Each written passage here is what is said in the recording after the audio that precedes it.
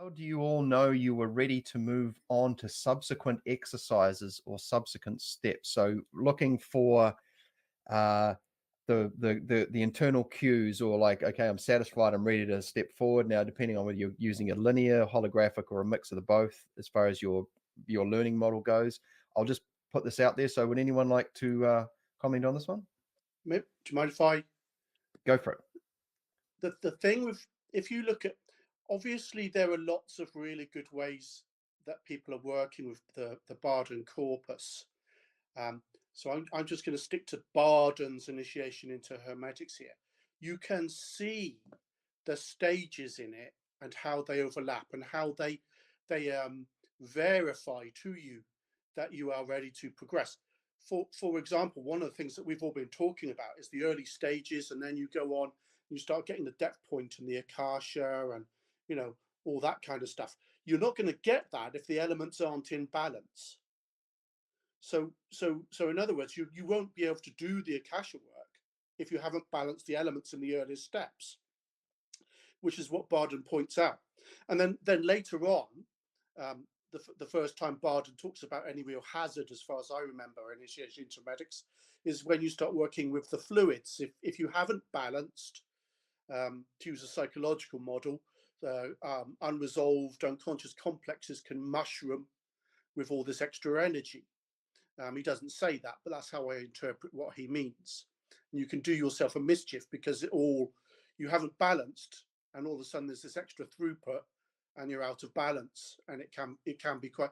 But you can, and then he says, go back and redo just the basic stuff, the elemental balancing. If there's a, so you can see in Bardon where each ability verifies the previous and the next. So you've got the elemental balance leading to the akasha work, the intuition, the akasha principle revealing itself to you, and all of a sudden you're getting a lot more input from divine providence. You'll get a good feeling about whether you're balanced enough now to start with the fluids. And then naturally, once you start working with, I'm just picking parts of it, it's much more comprehensive. But naturally, once you finish working the fluids and you're really solid with the fluids, you might be starting to think really, really properly about the Godhead work then. So within Bardon's initiation into Hermetics, you've got a self-diagnostic, which he points out, and which I would say is correct in practical terms as well. Because if you are having, there was a point where I'd been working with Akasha, but then it was going off. So I went back and did the elemental work, and the Akasha started to be more accessible again. I'd had an unpleasant life event, and it knocked me out of kilter, so I'd lost my balance, and the akasha was kind of fading on me.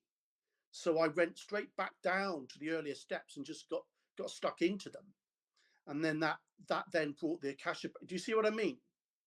Hopefully you do. Anyway, but that would be what I would aim to say. If you obviously with material you bring into Bardon, I can't talk about that, but I can see that there are some very positive results from that stuff, just from direct observation of folks that do it. I can only stick to the Bardon sort of paradigm, and you can see how it self-checks as you work through it, and how you can quickly identify if you need to go back and do extra work because of the slings and arrows of outrageous fortune, if you see what I mean. But yeah, that would be my answer to that. I hope I've been able to explain that.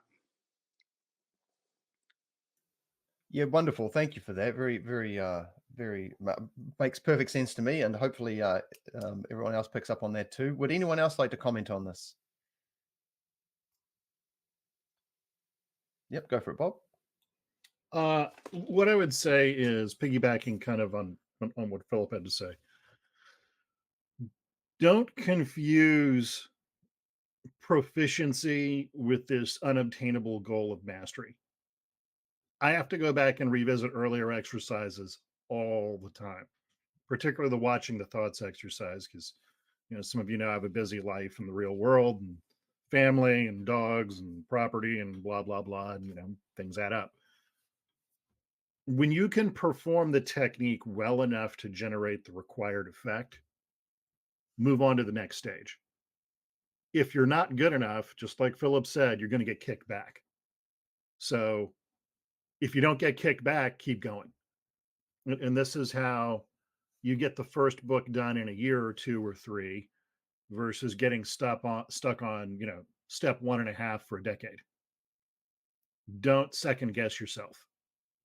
Just keep going. And if it doesn't work, then go back and work on the stuff that you needed to get better at. That's my advice. And the people who do that, again, I love my coursework. I love Mark Rasmus. I love the work that Clint Sambone and a lot of these other folks are doing. But there are people out there, guys, who can cook through all 3 of these books all on their own. And the ones who do generally don't let the concept of mastery prevent them from progressing.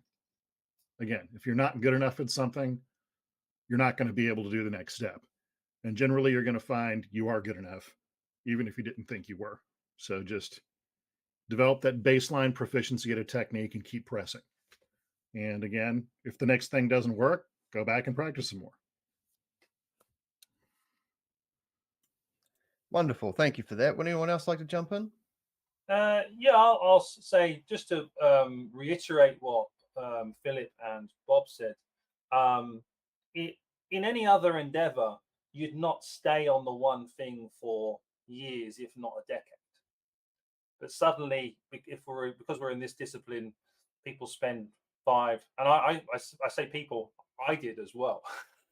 So I say this from experience, from doing it both ways. Is if you're doing, whether it be martial arts, whether it be studying a skill, whatever, you wouldn't stay on stage 1 for years until you've perfected it. You can only see the landscape as you move on and look back. Then you see how that one stage fits into the entire system of things. But without perspective on how that thing fits into the whole, you really can't progress that far. So you have to move on. And as Bob and Philip said, very naturally, if you can do the next thing, go on. If you do it and you're not getting anywhere, well, that's your clear sign you need to go back. But trust yourself, and I'd say take insight from others, but also feel free to ignore everyone else's opinion and go with what you think, rather than be swayed by a group of people that say you should or you shouldn't. That would be what I would say.